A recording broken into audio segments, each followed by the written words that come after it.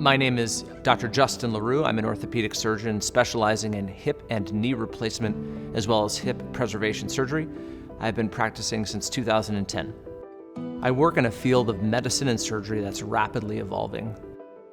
I really see myself as a guide or a translator to my patients, helping them to navigate the new developments in medicine, whether that be minimally invasive surgery, robotic-assisted surgery, outpatient total joint replacement, or new advances in surgical care.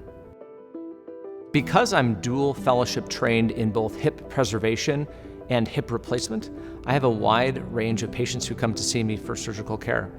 I may have a college athlete who has hip dysplasia who may be seeking treatment to continue their athletic career.